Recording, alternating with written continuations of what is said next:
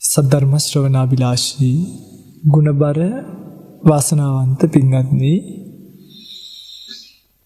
පින්තුන් අද දවසේ මේ සූදානම් වන්නේ ලෞතර භාග්‍යවත් බුදුරජාණන් වහන්සේ නමක් ලෝකෙට පහළ වෙලා ලෝකෙට එලිපෙහෙලි කරන්නට යෙදුණු, දේශනා කරන්නට යෙදුණු ආශ්චර්යමත් වූ බොහොම ලස්සන විවරණයක් සහිත බුද්ධ දර්ශනයනේ. මේක බුදුරජාණන් වහන්සේ විසින් අවබෝධ කළා වූ ලෝක න්‍යාය, ලෝක නීතිය පිළිබඳව යම් කාරණාවක් දෙකක් කෙටියෙන් නමුත් කාලානුරූපීව ශ්‍රවණය කරලා එය තමන්ගේ ජීවිතයට එකතු කරගෙන මේ ගලාගෙන යන ඉමක් කුමක් නැති භයානක සංසාරෙන් එතර වන්නට මේ කුසල්, මේ ධර්මඥානී හේතු වේවා කියන ප්‍රාර්ථනාවෙන්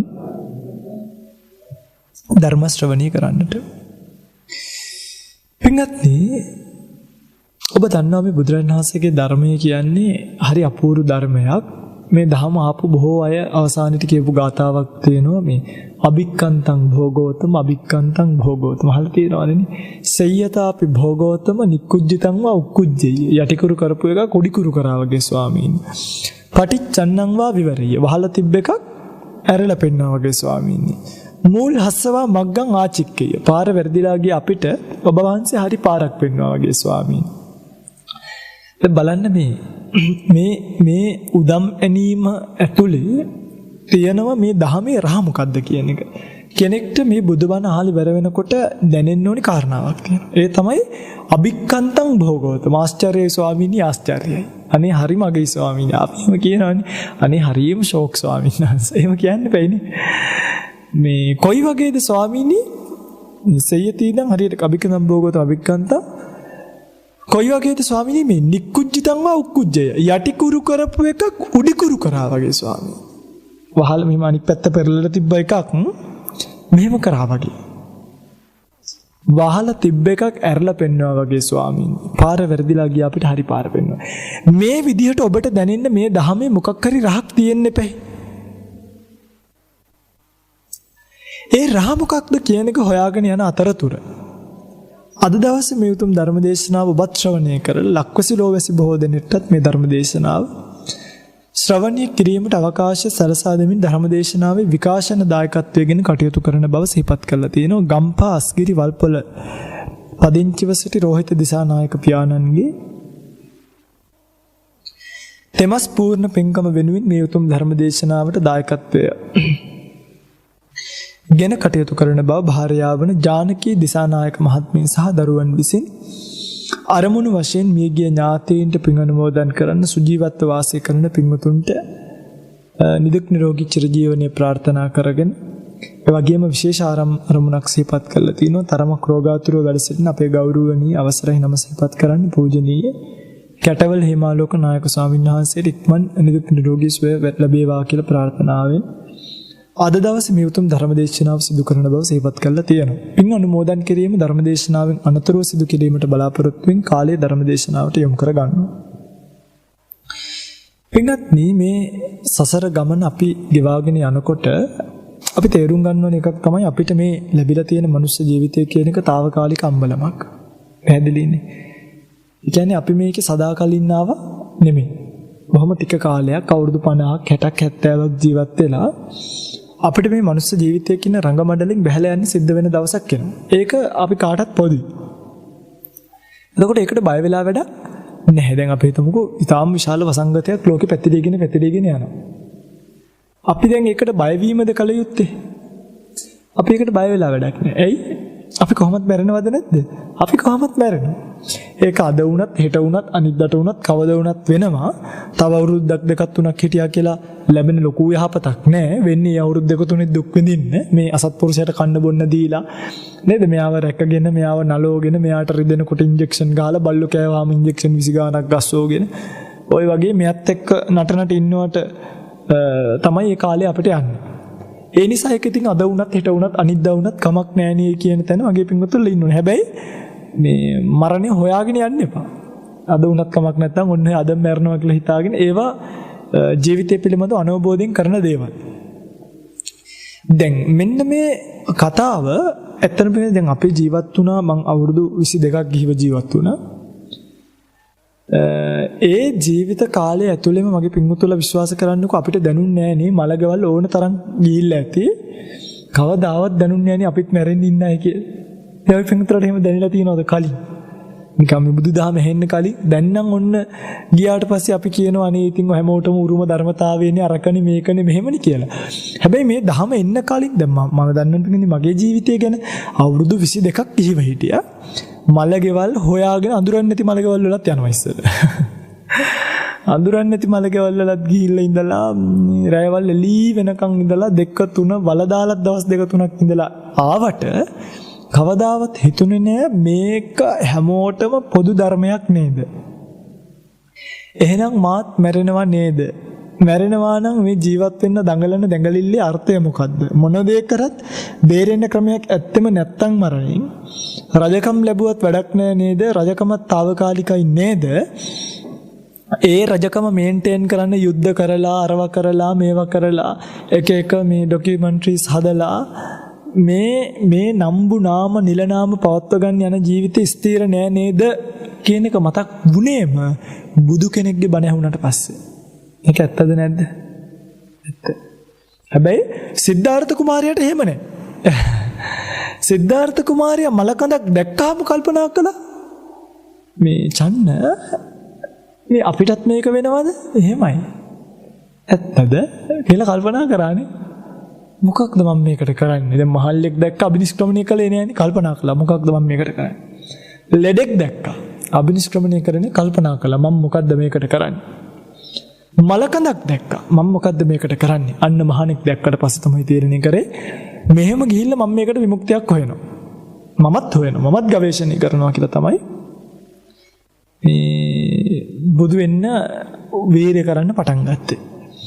දැන් අපි කොච්චර මේවා දැකලා තිබ්බත් අපිට මේක දැනුනේම නෑ. නමුත් බුදු කෙනෙක්ගේ වචන අනුසාරයෙන් හරියට යටිකුරු කරපු එකක් උඩිකුරු කරා වගේ. අන්න බලන්න. නික්කුජ්ජිතං වා උක්කුජ්ජයනේ. යටිකුරු කරපු දෙයක් අපේ ජීවිතවල බුදුරජාණන් වහන්සේ උඩිකුරු කරලාද නැද්ද? කරලා නේ. දැන් අපිට මලගේකට ගියාම මිනිහක් දකිනකොට මතක් වෙනවා. දැන් ඔය පින්තුල්ලා නම් මම දැකලා තියෙනවා මිනිහට වැඳලා එනවනේ මන් දන්නේ ඇයි කියලා. වැඳලා නෙමෙයි මිනිහ ඉඹලා එන්න ගිහිල්ලා. ඇයි මේ අවසන් ගෞරවය දක්වනවා කියන්නේ වඳින එකට එහෙම නෙමෙයි. ඒක මහා මුලාවක්. අර මේ කුණු ගොඩකට වැඳයි කියලා ලැබෙන දෙයක් නැහැ. වඳින්න අනේ ඉතින් එතනට ගිහිල්ලා අද්දක එකතු කරන්නේ බුදුරජාණන් වහන්සේට. මේක වෙනවා කියලා නේද වගේ බුදුරජාණන් වහන්සේ කිව්වේ කියලා එතනින් බුදුරජාණන් වහන්සේට නමස්කාර. අර කුණු කන්දට නමස්කාරය කළා වැඩක් නැහැ.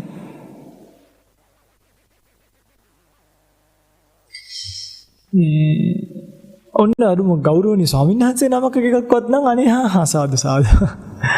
හරි ඉන්නකම් කරන්න පුළුවන් දාජරා වැඩ ඔක්කොම කළා මිනි පෙච්චට ගියාට පස්සේ මිනිස්සු වඳිනවා.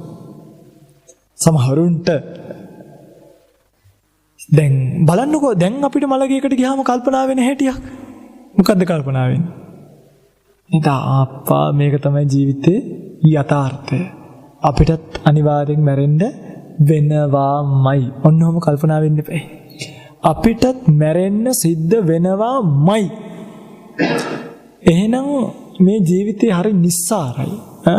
ඔන්න ගෙදර ගිහලා අපිට කල්පනා කරන්න පුළුවන්. මේ ජීවිතේ හරි නිස්සාරයි අපිට මැරෙන්න වෙනවා. බලන්නකෝ අර හොඳට හිටිය ගහක් ගලක් වගේ හිටිය මිනිස්සයා මැරුණයි. දැන් අපි මොකද කරන්නේ? අන්න නික්කුජ්ජිතං වා උක්කුජ්ජය. පටිච්චන්නං වා විවරය. ඊළඟට වහපු දෙයක් තව ඇරලා පෙන්නනවා. මොකද්ද? මහණෙනි මැරුණා කියලා මේ කතාව ඉවර වෙන්නෙත් නැහැ. යන්න තියෙනවා සසර ගමනක්. සංසාර ජීවිතේ ඔබට යනකොට උපදින්න වෙන තැන් තියෙනවා. සතර අපාය කියලා එකක් තියෙනවානේ. අවීචි, പ്രേත ලෝක, අසුර ලෝක, නිරය. මේ අසුර ලෝක, තිරිසන් ලෝක. අවීචි, තිරිසන් ලෝක, പ്രേත ලෝක, අසුර ලෝක. මේ හතර ඔබට තියෙන උපදින්න. මනුෂ්‍ය ලෝක තියෙන ඔබට උපදින්න. දිව්‍ය ලෝක 6ක් තියෙන ඔබට උපදින්න.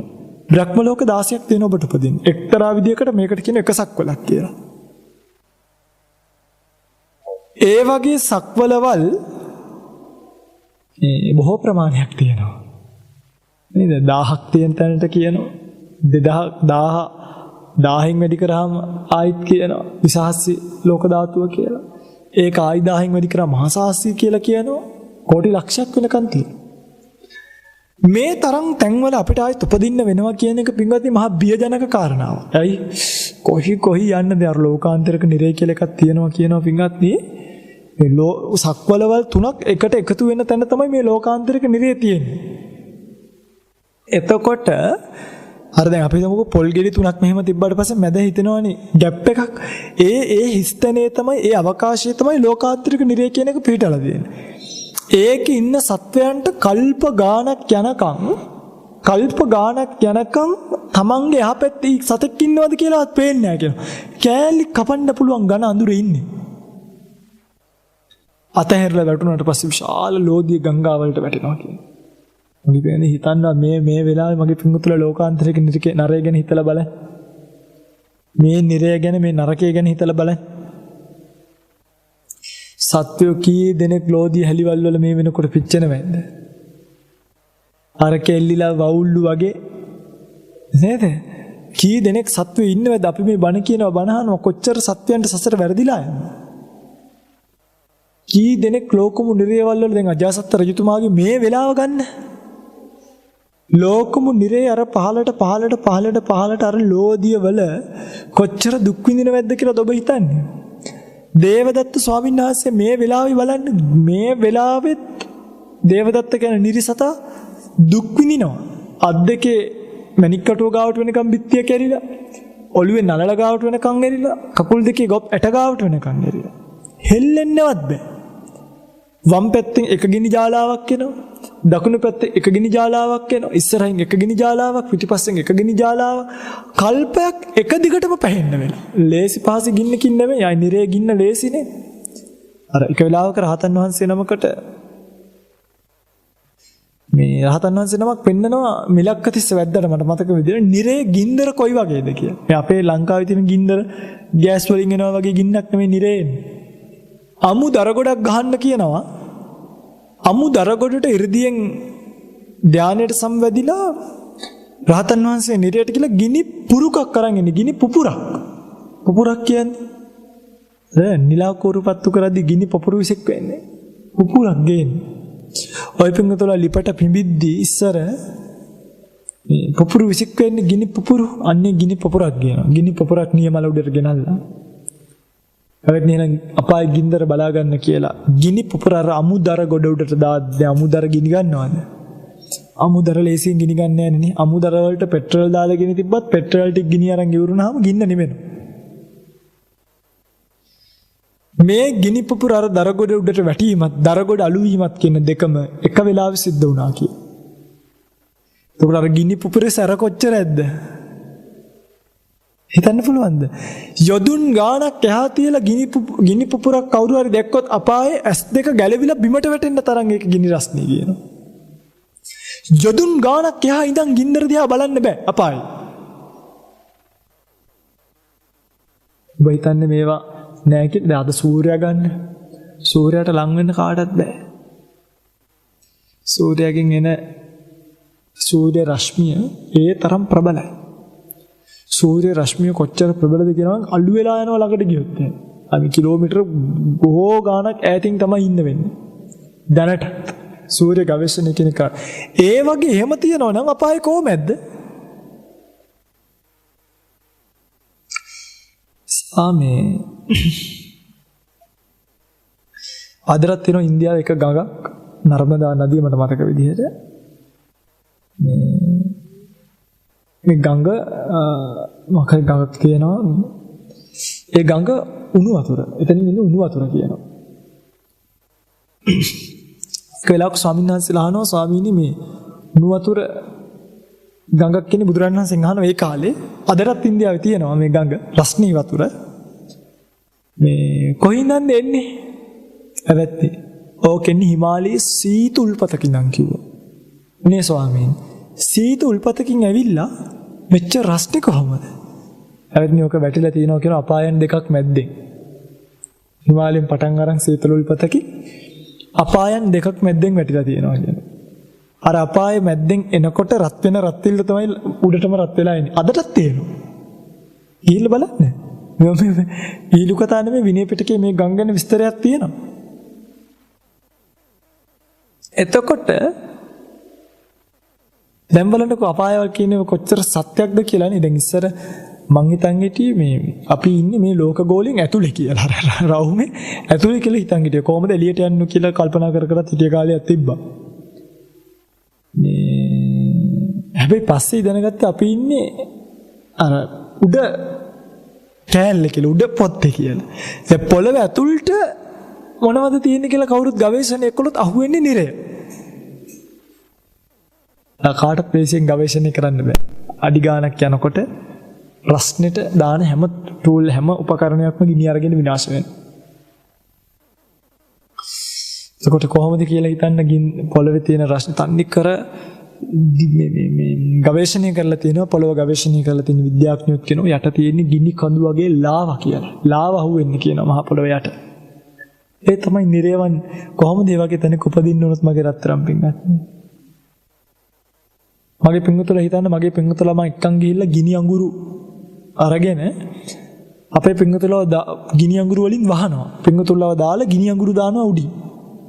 ඔහොම මිද්දි. නැත්තම් අර පාම් පුච්චන පෝරණ තියෙන්නේ. පෝරණයක් ඇතුළට දාලා වහනවා. මොනවා වෙයිද? අපාය කියන්නේ පෝරණේ වගේ ලේසි පහසු තැනක් නෙමෙයි. පරණ පාම් පුච්චන බේකරි තියෙනවා. බේකරියකට යන්න බේකරි වල තියෙනවා පෝරණ. බලන්නද අර කළු පාට තැටි වල දාලා පාන් දාන්නේ. මෙන්න මේ පෝරණයක් ගාවට ගිහිල්ලා දොර ඇරලා බලන්නකො රස්නේ. පෝරණේ ඇතුලේ කොහොම රස්නේද කියලා හිතා ගන්න. පාම් පිටි ගුලිය දැම්මහම පිච්චිලා එනවනේ නේ පින්වත්නි. පිච්චිලා එනවා. එතකොට මගේ රත්තරන් පින්වතුන්ලා හිතන්න මේ කොහොමද අපායට වැටුණත්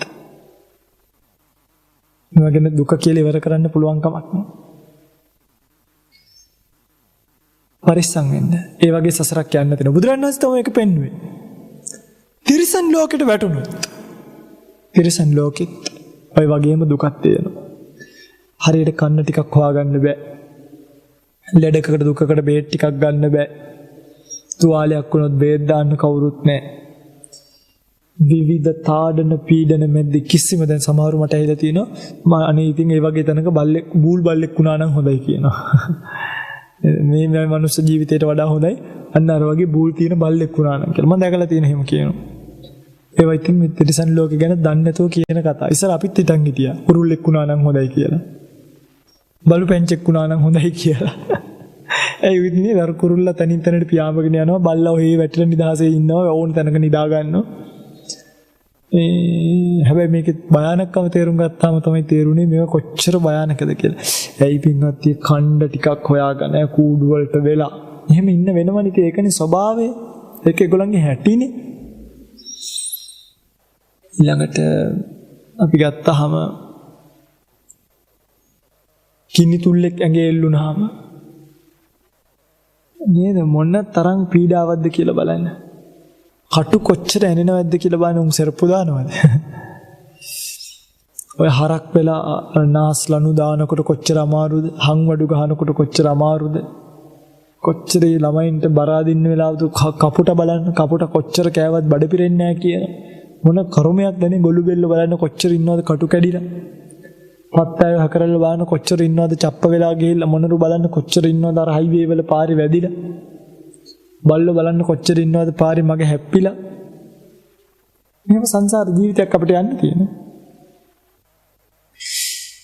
තිරිසන් ලෝකයේ කියලා මහා ලොකු සාරවත් භාවයක් නේ. තාම දුකක් තියෙන්නේ. තිරිසන් ලෝකයට වැටුනොත් අයි බූල් ඇති නැති භාවයක් නැහැ. කොහොමද දුක දුකමයි. പ്രേත ලෝකෙත් එහෙමයි. තිබහෙන් කල්ප ගණන් ඇඳුමක් නැදුව පිච්චි පිච්චි ඉන්න වෙන പ്രേතයෝ ඉන්නවා. පිච්චි පිච්චි ඉන්නේ. කන්න ටිකක් නැතුව වතුර 35ක් තියෙනවා. වතුරට يعني බොන්න වතුර ටිකක් නැතුව බුද්ධාන්තර ගණන් බුදුවරු පහළ වෙනකම් බුද්ධාන්තර එකක් දෙකක් නෙමෙයි 3-4 තිබහින් ඉන්න പ്രേතයෝ ඉන්නවා. මේ වගේ මේ මහා දුකක් මේ සතර අපාය කියන එක. අන්න ඒකද කිව්වේ සතර අපාය දුකක් කියලා. ඒවට වැටෙන්න ලෑස්ති වෙන්න එපා. ඒ වගේ සැනසීමක් නැහැ. තියෙන්නේ ආයේ වැටිච්ච වෙලේ ඉඳන් එක දිගටම දුක්. මනුෂ්‍ය ලෝකයක් තියෙනවා. මනුෂ්‍ය ලෝකයේ පින්වත්නි එක්තරා විදිහකට සුගතියක් කිව්වත් ඇත්තට මනුෂ්‍ය ලෝකයේ ඇති සැපක් නෑ. මනුෂ්‍ය ලෝකෙතර දුගතියක් නොකිය සුගතියක් කිව්වේ සතර පාය තරම් දුක් මනුෂ්‍ය ලෝකේ නැති නිසා. නැත්තම් මේකත් ඇත්තටම මේ අපායක් තමයි. අපිට ඉපදෙන්න වුණත් අර මව කුසක හැදෙනවා කියන එක බලන්න පින්වත්. ලෝකාන්තරික නිරේ ඉන්නා වගේ කියලා තියෙනවා. කටු මැද්දට හයි වෙලා අර අම්මගේ බඩ ඇතුලේ මේ පොඩි බඩක කොහොම සත් දරුවෙක් හැදෙනවදනේ.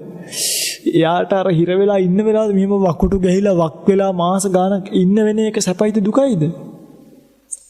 මාස ගාණක් මගේ රත්තරන් පිංගතලව කාමරයකට දාලා දොරක් වහලා දෙකට නමලා ඒ ගානට විතර පොඩි මෙච්චර විතර කෝඩුවක් හදලා ඒකට දාලා තිබ්බොත් මාස 10ක් ඉන්න කියලා. කොච්චර අමාරුවක්ද නේ. ඊට පස්සේ දරුවා බිහි වෙන වෙලාවට සමහරක් වෙලාවට දරුවෝ බිහි වෙන්නේ නැතුණාම අර ඔළුවට මෙහෙම මැෂින් එකක් ගහලා වැකියුම් එක වගේ ඒකෙන් අදිනවා මෙහෙම දරුවා. දුකද්ද බලන්න පිංගත්නේ. ඔළුව වලට අත තියලා මෙහෙම අදිනවා දරුවව.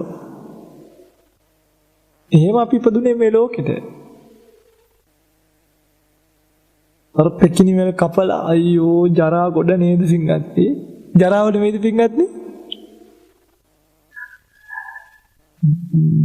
මල ජරාව නෙවෙයි දහ ජරාවක් ඒක.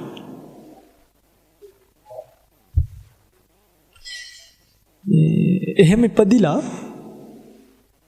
උපදිච්ච ගමන් අර ලේ කුණු සරව වැగిරලා තියෙන නිසා ඒව අනේ මන් දන්නේ මේව කොහොම මේ මිනිස්සු මොනවට මුලා වෙනවද කියලා. බලන්න මට නම් ඕවා අප්‍රියයි. මේ දරුසෙනේ මව්සෙනේ පියසෙනේ අසුචි ආයිත් ඒවට පියසෙනේ මාතෘසෙනේ කියලා දාන්න එපා බොරුවට. ඒකට දාන්න ලෝභය කියලා. ලෝභය මෝහය අන්න ඒව තමයි තියෙන්නේ. ඊළඟට ඉපදිලා කාලයක් යනකම් තමන්ගේ මැගේ අසුචි දදා තමන්ගේ මැගේ මල මූත්‍රා දදා තමන්ගේ මැගේ සෙමසොටු ටික වක්කර අවුරුදු ගාණක් හිටියනේ උඩු බැලිය එතට හැරිලා අර පොඩි එකෙක් ගත්තාම මුළු අතම ඔන්න ඔච්චරක් විතර. මී පැටවුවාගේ. කොහොම ඉන්නවද මන් දන්නේ නැහැ පින්වත්නි. මෙච්චර විතර චූටි නායකුයි මෙච්චර විතර චූටි කටකුයි තියාගෙන හුස්ම කොහොම ගන්නවද මන් දන්නේ. ඉතින් හිතෙන්නේ මට නම් හරි දුක හිතෙනවා. ආණ්ඩනවා විතරයි කරන්නේ මූණවල් ඇද්ද වෙලා ස්පිය වෙලා කොණ්ඩ ඇකිලිලා දැකලා නැද්ද ඔය චූටි දරුවෝ. අපි අහන් හොරාට බලනවා මෙහෙම මොකද මෙයා කරන්නේ කියලා. එහෙම ඔබත් හිටියනේ. අවුරුදු කීයක් හිටියද? 2ක් 3ක් ඉඳලා යන්තම් ඔන්න කකුල් දෙක බිම තියාගන්න ගත්තට පස්සේ අර මට මතකයි චූටි කාලේ දරුවෝ ඇවිදිනකොට මේ ඒගොල්ලන්ට වාරු නෑ. නේ හෙට යන්න වැටෙන්න යනවා මේට වැටෙන්න යනවා මෙහෙම අත්‍යාගෙන ඔන්න ගිහිල්ලා බඩ ගන්න කාලේ මේ දනිස් ගෙවෙනකම් බඩ ගන්නවා. අයියෝ අර යනවා හැකරල්ලෝ කනවා ගොළු බෙල්ලෝ කනවා. ඔන්න පොඩි කාලේ ඉතින් මේ මනුස්ස ජීවිතේ හැටි. හිටපු ගමන් කපුරු බෝල ගිලිනවා. නහය කපුරු බෝල හිර කරගන්නව නැද්ද? සමහර ළමයින්ට පොඩි කාලේම අර ෆිට් එක වගේ ලෙඩ රෝග හැදිලා දත් කට් පූට්ටු වෙනව නැද්ද? සාසාරම්ප කියයි අරවකේ අනේ මන් දන්නේ නැහැ වින්වත්නි මේ මනුස්ස ජීවිතේ නම් දෙයි හාමුදුරුවනේ බුදුරජාණන් වහන්සේ පහළ නොවෙන්න අපි කොච්චර අන්ධයෝද? දැන් මේක තේරෙනවනේ මේක දුකක් මේ ලැබු. දැන් බලන්න ඔබේ ජීවිතේ මම කියාගෙන එන්න. නිකන් බලන්න. ඊට පස්සේ ඇවිදින්න ගන්නවා. අඩි දෙකක් යන්නේ නැහැ ඇදගෙන වැටෙනවා. පටන් ගත්තේ. ගීලා කොමාරි ගෝ කාට්ස් අල්ලගෙන හරව අල්ලගෙන මේවා අල්ලගෙන ඔන්න කෙලින් වෙනවා නැගිටින්න. ඊට පස්සේ බයිසිකල් පදින්න පුරුදු වෙනවා. ආයි වැටෙනවා ඇදගෙන මල් පෝච්චු උඩයි තාප්ප උඩයි අරකේ මෙහි. මේ පොඩි කවුළු පලාගෙන නේ දැන් 6 වසරට 5 වසරට වෙන විතරම්ම දරුවෙක් දිව්වොත් ඔළුවක් පලා ගන්නවා. එක්ක වැටෙනවා. පීරිසියක් ගත්තොත් බිඳිනවා. ඒකල්ල 5ට එනකොට ඔන්න ඉගෙන ගන්න කාලය ඇවිල්ලා. දැන් ඉතින් ටිකක් බර දාලා ඉගෙන ගන්න ඕනේ. දැන් අර ඇවිදින්න කරන්න පුළුවන්. දැන් ඉස්කෝලේට යට වෙනවා. ඒකෙන් ගොඩ එන්නේ අවුරුදු 25 දී විතර. දැන් බලන්නකෝ සනීපයිද අසනීපයිද කියලා. ඔබට දැන් සතුටුද? ඔන්න තමයි. දැන් සනීපයිද? ඕක නෙමෙයිද ඒ ජීවිතේකට ඔය අවුරුදු 20 25 ජීවිතේ මන් දන්නේ මට නම් දුකක්. මට අනුව නම් ඒක මහා දුකක්. ඔය අතරතර ඔය චූටි චීස් කෑල්ලක් කේක් කෑල්ලක් ස්ට්‍රෝබෙරි ගෙඩිය ඕක කනකොට පොඩි පොඩි සනීප තියනවා නැතුව නෙමෙයි. නමුත් ජීවිතේ සමස්තයක් වශයෙන් දුකක්. ඒක ලේසි නෑ. අර වගේ දැන් චීස් කෑල්ලක් නිකන් කන්න බෑනේ. දන්සල් වලින් චීස් දෙන්නේ නෑනේ. ඒකට මහන්සි වෙන්න එපා. ඒ මහන්සි වෙන්න ජොබ් කරන එක දුකක්. ඒවා මහ ලේසි වැඩ නෙමෙයි පින්වත්නි. හරි 25ක් ඉවරුණා කියන්නේ. ඊට පස්සේ එනවා ජොබ් එක කරන කාලේ දැන්. දැන් අවුරුදු 3ක් විතර මීහරකෙක් වගේ වැඩ කරන්න ඕනේ කීයක් හරි හොයාගෙන ගියක් හදාගෙන වාහනයක් ගන්න. ඕන්න ඉතින් හම්බ කරනවා 25000 30000ක් හම්බුණා මේකෙන් හප්පච්චි කරන්න තියෙන දේවල් ඉතුරු කරන්න ඕනේ. එදිනෙදා වැඩ කරගන්න ඕනේ. දැන් ඔන්න කසාද බඳින්න කාලය ඇවිල්ලා ඒ යාළුවේ ණයට කන්න බොන්න රන් දෙන්න ඕනේ. ඔක්කොම කරලා විවාහයටත් ලක්ෂ 10ක් විතර ඉතුරු කරගන්න. ඔන්න දැන් බඳිනවා. අර බඳින්න කලින් කවුරු වගේද වැඩ කරනවා කිව්වේ? හරකෙක් වගේ. වැන්දට පස්සේ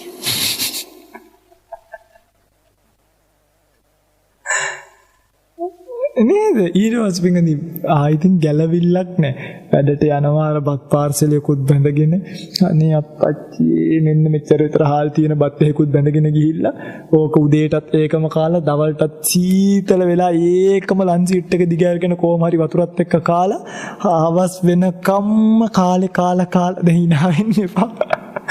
hina වෙන්නේ අඬන්න ඕනේ දෙයි ආඳුරනේ අපි විඳපු ජීවිතේ නේද මේ ආඳුරු කියන්නේ කියලා. හවස් වෙනකොට ඔන්න මග්ග යන්න පණ නැහැ එනවා. ඇවිල්ලා නාලා කරලා ඔන්න ඒ අර චූටි වෙලාවේ පොඩි සනීපයක් තියෙනවා. ඒත් ඉතින් දැන් වෙනකොට මම දැන් දැකලා තියෙනවා වර්තමානයේ උදේ ඉඳන් වැඩට ගිහිල්ලා ඇවිල්ලා ආයෙ හවසට ත්‍රිවිල් එකක් දුවන්න යනවා.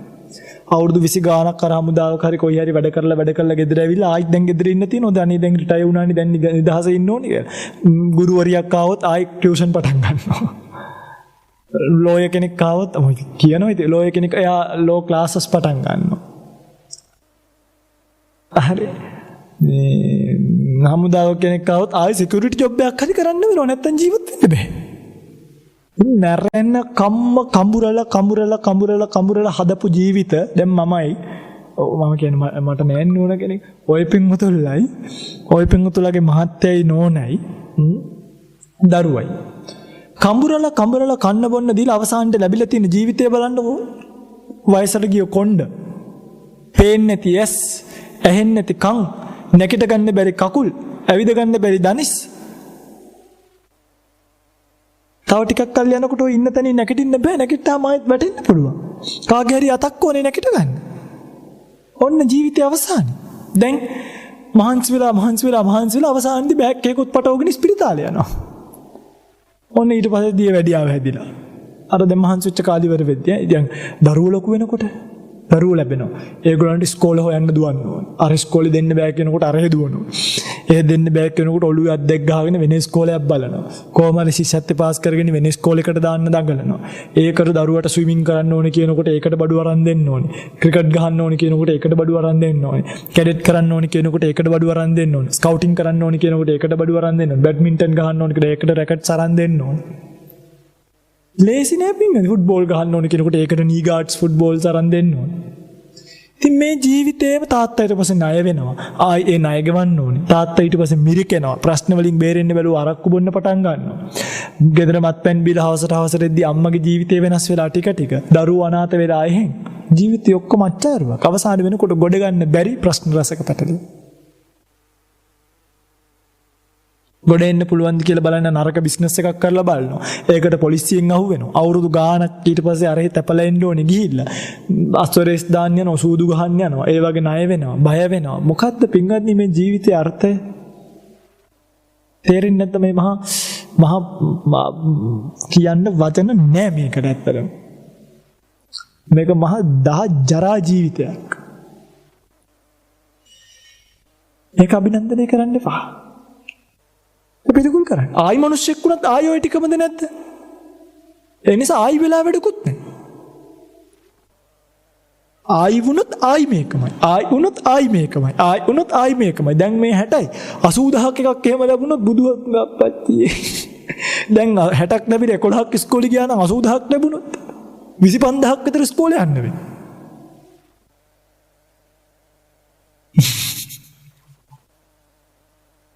නේද?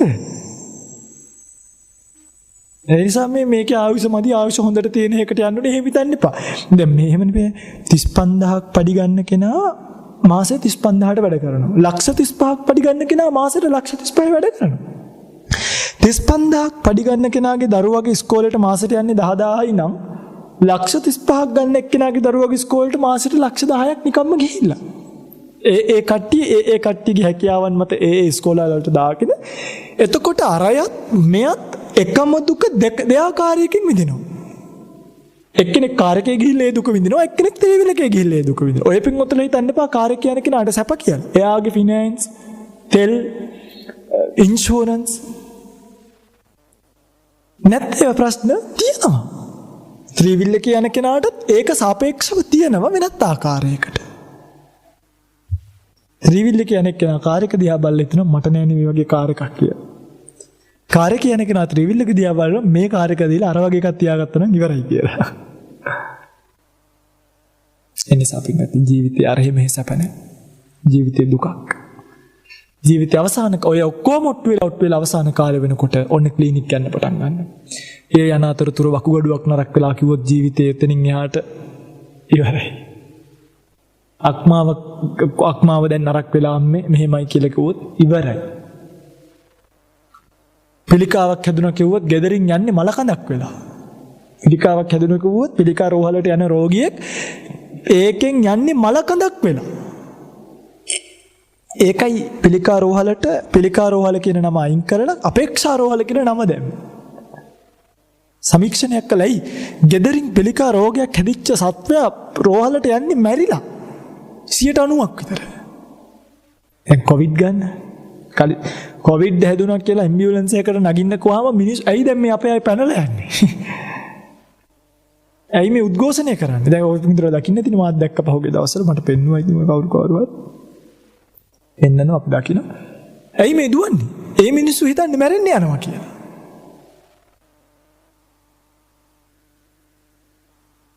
අන්න ජීවිතයේ ඇත්ත.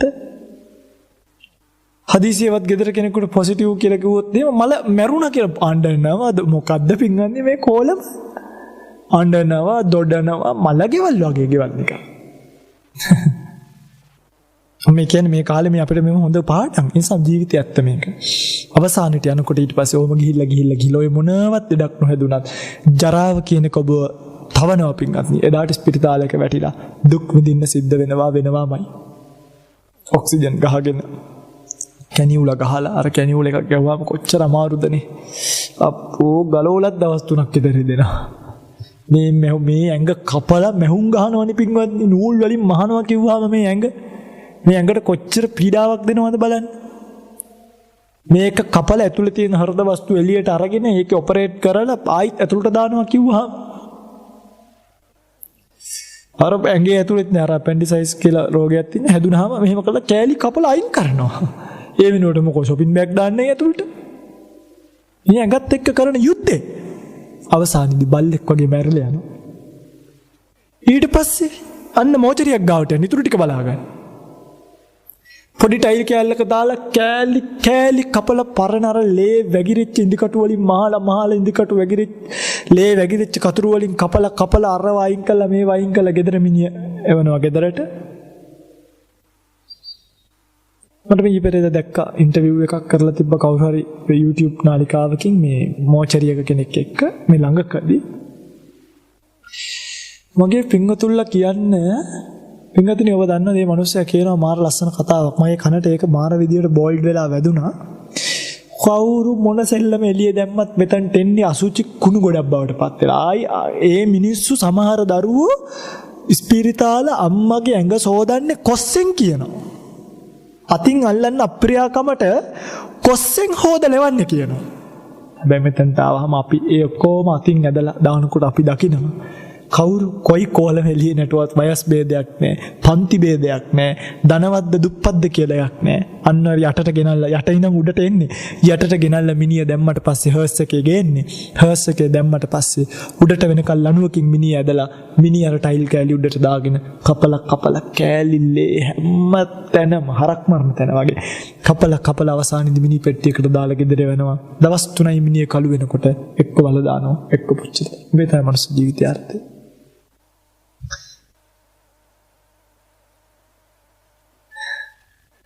නේ මේ අමතක වෙන නිසා මේ සසරේ ආයි මනුස්ස ජීවිතයට ගියත් මේ දුක විඳින්න වෙනවා. බලන්නකො පටිච්චන්නම්ව විවරයි. බුදුරජාණන් වහන්සේ පෙන්වුවානේ. වහලා තිබ්බ එකක් අපිට අරලා පෙන්න. දැන් මේව අපිට නිකන්වත් කල්පනා වෙනවද? මේ කිව්වහම තමයි උපින්ගතරට සුසුමක් හරියලෙන්නේ. හැබැයි ආයි සමහරකට ගියාම අමතකයි. බුදු කෙනෙක් වහලා තිබ්බ ඒවා අපිට අරලා පෙන්වනවා.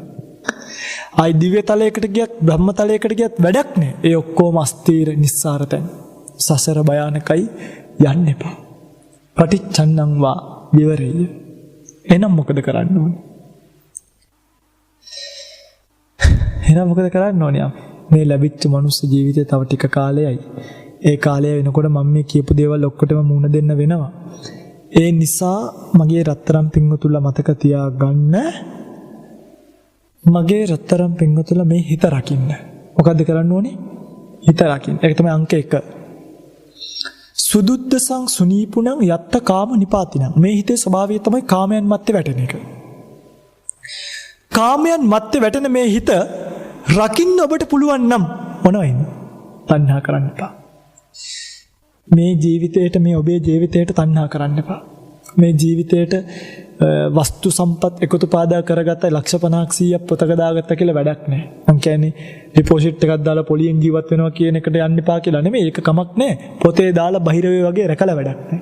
මොකද මේවා අපිට දාලා යන්න වෙනවා. අන්න ඒවා දැනගන්න. නැත්තම් වයසට ගියාම අම්මේ ওই චීත්ත ඇතුලේ අන්තිම වාටියේ රුපියල් 10 20 කෑලි හංග ගන්න පිස්සු හැදිච්ච බර අපි කියන්නේ ට්‍රැක් එකෙන් එළියට පැන්න අය බවට පත් වෙයි. වයසට ගිය අම්මලා මම දැකලා තියෙනවා තාත්තේ මේ බොහෝ අය වයසට ගියාට පස්සේ අර Tamanගේ චීත්ත රෙද්ද ඇතුලේ 10 20 50 100 කෑලි ඔබනවා. සමහර අම්මලා මැරිලා මැරුණාට පස්සේ චීත්ත රෙද්ද බලනකොට සල්ලි 10 ගාණක් අර ඔබල මේ මොකද තණ්හාව? මේ අර අපේ අම්මා කෙනෙක් ඉන්නවා හරිම සත්පුරුෂ අම්මා කෙනෙක්. ඒ අම්මගේ අම්මා කෙනෙක් මහත්යාගේ හෝ කාගේ හරි අම්මා කෙනෙක් ඒ අම්මා වලල්ලක් දාගෙන ගිය වෙලාවේ ඉල්ලනවලු මේ මට ඔක දෙන්න බැයිද? බලන්නනේ දැන් ඒ අම්මා සත්පුරුෂයි හරිම. ඕක මට දෙන්න බැයිද? ඔර මේ මැරෙන්න වැටිලා දැන්. ඔය පිටර ඉනා වෙන්න එපා. ඔය පෙමුතරත් ඔය සතේ තමයි. හිත හදාගත්තේ නැත්තම්. ඕකක් මට දෙන්න බැයිද කියලා අහනවලු. බලන්න කොච්චර අසරණයිද කියලානේ. දැන් මොකද අපි කරන්නේ? බින්නද? හපන්නදනේ. මොනව කරන්නද? මගේ පින්තුල දැම්මම ওই තෘෂ්ණාව නැති කරලා දාන්න. දැම්මම වයින් කරලා දාන්න. අර ශාකාව මේඝ පළඳනාව දාගෙන පන්සල් ගියා අමතක වෙලා ගෙදර ආව ආයි යන්නේ කොහොමද තියනවද කියලා බලන්න වැරදිලාවත් සංගේ අත තියලා නම් ආයි ගේන්න එපා ඒක සංගේ. දැන් ওই පින්තුලක ওই මාලයක් නිකන් මං කියන්නේ පන්සලේ දාලා එනවා. ඔය පින්තුල කවදාවත් ඔය කතාව කියයිද නික ඕකද රුපියල් 35000ක් 45000ක් විතර වෙයිනේ. ඔව් ලක්ෂයක් කියමු. මේක පළඳනාව කීයක්දනේ? මේ සංඝයා ඔන්න ඔය ඒකට අත තියලා නම් ඔන්න ඔය ඒක ඕනේ. හැබැයි එහෙම තියලා આવොත් අපිට වසණ්ඩ වෙන්නේ. ඊළඟ ආත්මෙත් භූතෙක් වෙලා හරි ඇවිල්ලා කියනවා මං තමයි ගිය ආත්මේ අර මාළි පූජා කරපු අම්මා. මම මතකද අපේ ආමුදුරුවනේ ඇයි මගේ බණ විතරක් බාරගත්තේ නැත්තේ මම ඔබ අන්තිම මාළෙකුත් දුන්නා නේද? දරදියාවත් තරහ වුණොත් එහෙම පත්තරෙත් දාලා ටීවී එකෙත් දාලා රෑ 6 මාරි නිවුස් එකෙත් යනවා. ඕන්න අපිට ඉන්න දායකයෝ. කියන්නේ මේ තෘෂ්ණාව ආද්දවතින් මම කියන්නේ මේ කරේ තියෙනව පූජා කරන්න කියලා නෙමෙයි මම එහෙම කියන්නේ. හරිද? මම මේ බණට මේ කාරණාවක අපට ඕවා වැඩක් නැහැ. කන්නයි මේ ඔය පින්වතුන්ලා හදවතින්ම තමන් පරිහරණය කරන දේවල් පිළිබඳව ආශාවන් දුරු කරලා දාන්න මේ වැඩක් නැති ජීවිතය. මේක අවසානයේ අර වගේ එන ජීවිතය. ආයි සසරට යන්න උනොත් මේක හරි භයානකයි. මේවට ප්‍රේතකම් කරලා මේවට දැන් වයසට යන්න සංවර වෙන්න. වයසට යන්න පිස්සු හැදෙන්න බෑ. පොඩි කාලේ ඉගෙනගෙන තරුණ කාලේ පිස්සුව චුට්ටක් තිබ්බට කමක් නැහැ. තරුණ කාලේ තරුණකමත් වයසට යන්න ආයි මල කොලං දාලා වැඩක් නැහැනේ. වයසට යන්න වැඩිහිටියෝ වෙන්න. මේ සමස්තයට කියන්නේ දැන් මම දැකලා තියෙනවා සමහර වයසට ගියාම අර පොඩි තරුණ කාලේ හොඳයි ලොකුනම මාල ඇට මාලයක් හරි දාගෙන එනවා මෙහෙම වටේට. සංවර වෙන්න, පිරිසිදු වෙන්න, තණ්හාව ඇති කරන්න වැඩිහිටියෝ බවට පත් වෙන්න. අපි දැන් මේවා දාලා යන කාලේ ඇවිල්ලා අපි අපේ මනුස්ස ජීවිතය අපේ යුතුයකම කළා. දැන් අපේ කාලේ හරි දැන් අපි යනවා. පුතේ මේවා බාර අරගන්න. බාර අරගෙන ඔයගොල්ලෝ වැඩ කරගෙන යන්න පිනක් දහමක් කරගන්න. අම්මා මරුණාට පස්සේ අම්මා වෙනුවෙන් ඔයගොල්ලෝ පිනක් දහමක් කරන්න. ඒක ඔයගොල්ලන්ටත් තියෙයි අපිටත්. අපි මේවා කිසිම එකක් අරගෙන යන්නේ නැහැ. අපිත් අරගෙන යන්නේ නැහැ. ඇත්තටම මේ බණ කියලා තියෙන කීමට දැන් බණ කොච්චර කියලාද දායකයෝ එන ඉතින් අපිට ලැබෙන දේවල් එක පිරිකර එක්ක අපිත් අර මේ කතරගන්දේ වගේ මාල 75000ක් විතර දාගෙන ඉන්න එපා අපේ පවර්ස් පින එහෙම නෑනේ දැන් මේ පිරිත් නූලක්වත් නෑ එහෙම නෑ බණ කිව්වා ගියා ඒක එතනින් ඉවරයි මේකට එන්න අතහැරලා දාන්න බාහිර මිනිස්සුන්ගේ අභිවෘද්ධියට බාහිර මිනිස්සුන්ගේ මේ తాවකාලික දියුණුවට ඊර්ෂ්‍යාකම් කරන්න එපා. හිත රකින්න. හිත රකින්නම් මේ හිත රැක්කොත් චිත්තං රක්කේත මේදාවි චිත්තං ගුත්තං සුඛා හිත රැක්කොත් සැප ලැබෙනවා. සංසාරික වශයෙන්. අනිත් අයගේ දියුණු වීමක් දැකලා හොඳට ඉගෙන ගන්න තමන්ගේ දරුවට වඩා අනිත් දරුවව දැකලා යාව කොනිත්තල එන්න එපා. යාව ඉඹලා එන්න. එහෙම මිනිස්සු ඉන්නවා. එහෙම මිනිස්සු ඉන්නවා. මගේ දරුවට වඩා එහා පැත්තේ දරුවෝ හොඳට ඉගෙන ගන්නවා නම් පුතේ මම මේ පාර පොත් ලිස්ට් එක උඹට විතරක් නෙමෙයි අර කොල්ලටත් අරන් දෙනවා. ඒ කොල්ලත් හොඳට ඉගෙන ගන්නවා. කවදා හරි දවසක උඹට පිළිකාවක් ඇදලා ඒ කොල්ලා හොඳට ඉගෙනගෙන පිළිකා හොඳ කරන ડોක්ටර් කෙනෙක් වුණත් මට පොත් අරන් දීපු අම්මගේ පුතා කියලා උඹට නිකන් බෙහෙත් කරා. එහෙම හිතෙන්නේ නැද්ද ඔබට? ඔබ හදන්නේ අර කොල්ලක් යන පන්තිය කොහම හරි කොටෝලා උඹේ පන්තියට යන්න එපා. උඹ මගේ කෙල්ල කියන සින්දුව කියන්න එපා. එතකොට අපේ කෙල්ල මොන සින්දුවද කියන්නේ? ඔන්න ඔබේ තියෙන මහා කුහකකම කොහොමද ඔහම ජීවිතයක් දිනන්නේ? කොහොමද ඔහම රටක් දිනන්නේ? කොහොමද ඔහම සංසාරයක් දිනන්නේ? එතනට වැටෙන්න එපා. පැහැදිලිද? හොඳයි. එනිසා හිත රකින්න අනිත් අයගේ දේවල් වලට ඊර්ෂ්‍යා කරන්න යන්න එපා. අනිත් අයගේ දේවල් වැඩක් නෙමෙයි. අනිත් අයගේ දේවල් පස්සේ දුවන්න එපා. තමන්ගේ ජීවිතයට ආදරය කරන්න. තමන්ගේ කියන්නේ ජීවිතයට ආදරය කරන්න කියන්නේ මේ තියෙන භෞතික ස්කන්ධ පහට නෙමෙයි සංසාරිකව යන්න තියෙන ස්කන්ධත් එක්ක යන ගමනට. ආදරය කරලා මේක ආදරය කරනවා කියන්නේ එකතු කරන එක නෙමෙයි. ආදරය කරනවා නම් අතහරින්න. මනසින් අතහැරලා දරුවන්වත් ඒ අත්හැරීම වලට පුරුදු කරවලා තමන්ගේ ජීවිතේ නිවැරදි තැනකට තාගන්න ඔබටත්. මේ අධිගනගත්ත මනුස්ස ජීවිතයේ ස්වභාවය පිළිබඳව වූ ධර්ම දේශනාවත් ධර්ම ඥානයත් ඒකාන්තෙන් හේතුවක් වේවා පාරමිතාවක් වේවා පාරමී ශක්තියක් වේවා කියලා කවුරුත් සාදු කියලා ප්‍රාර්ථනා කරමු.